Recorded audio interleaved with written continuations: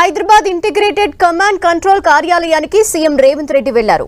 Cyber security wing, drugs control wing సెంటర్లని CM పరిశీలిస్తారు.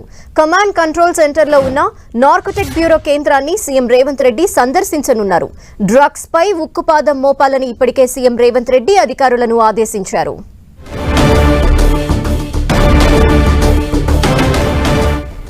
ప్రస్తుతం CM Revanth Reddy command control centre ని పరిశీలిస్తున్నారు. అక్కడ చేరుకున్నారు. మరిన్ని డీటెయిల్స్ అక్కడ నుండి మా ప్రతినిధి సునీల్ లైవ్ లో అందిస్తారు. సునీల్,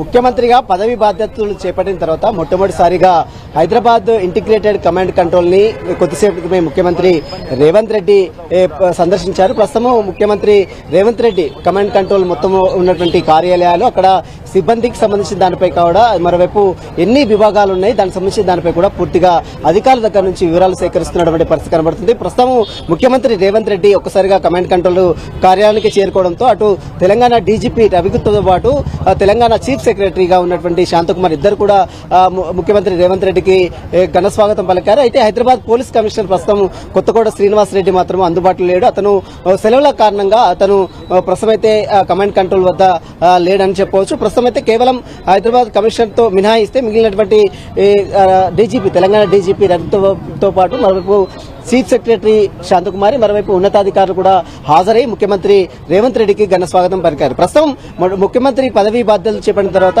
ఎంతో ప్రతిష్టాత్మకంగా నిర్మించినటువంటి కమాండ్ కంట్రోల్ ని మొట్టమొదటిసారిగా ముఖ్యమంత్రి రేవంత్ రెడ్డి విజిట్ చేయడం జరిగింది. అయితే ఇందులో ఉన్నటువంటి విభాగాలు, సైబర్ సెక్యూరిటీకి సంబంధించిన విభాగాలు కావచ్చు, డ్రగ్స్ నియంత్రణకు సంబంధించిన విభాగాల పనితీరు కావచ్చు, మరోవైపు ఫ్లడ్స్ వచ్చినప్పుడు రాష్ట్రంలో ఏదైనా ఎమర్జెన్సీ పరిస్థితులు తలెత్తినప్పుడు తీసుకోవాల్సిన జాగ్రత్తలు, ఇక్కడ నుంచి ఎలా ఆపరేటింగ్ చేస్తారు, దీనికి సంబంధించిన దానిపై కూడా అధికారుల దగ్గర నుంచి కులంకషంగా మొత్తం ముఖ్యమంత్రి రేవంత్ రెడ్డి వివరాలు తెలుసుకుంటున్నటువంటి పరిస్థితి కనబడుతుంది.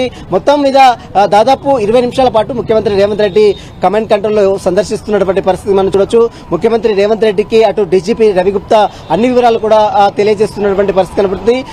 ఎన్ని విభాగాలు ఉంటాయి, కమాండ్ కంట్రోల్ లో ఎంతమంది సిబ్బంది ఇక్కడ పనిచేస్తున్నారు, అధికారులు ఎంతమంది ఉంటారు, ఎన్ని వింగ్స్ లో ఈ కమాండ్ కంట్రోల్ ని రన్ చేస్తున్నారు, ఫ్లడ్స్ వచ్చినప్పుడు కావచ్చు, ఎమర్జెన్సీ పరిస్థితులు రాష్ట్రానికి తలెత్తినప్పుడు ఇక్కడ నుంచి ఎలా ఆపరేటింగ్ చేస్తారు, కమాండ్ కంట్రోల్ లో సీసీటీవీ పర్యవేక్షణ ఏ విధంగా ఉంది, వీటికి సంబంధించినటువంటి మొత్తం అన్ని కమిషనర్తో అనుసంధానం చేసినటువంటి ఇంటిగ్రేటెడ్ కమాండ్ కంట్రోల్ సెంటర్ ఏదైతే సీసీటీవీకి సంబంధించిన దానిపై ఏర్పాటు చేశారో దానికి సంబంధించినటువంటి రూమ్ కూడా ప్రస్తుతం అయితే ముఖ్యమంత్రి రేవంత్ రెడ్డి సందర్శిస్తున్నట్లు కూడా తెలుస్తుంది.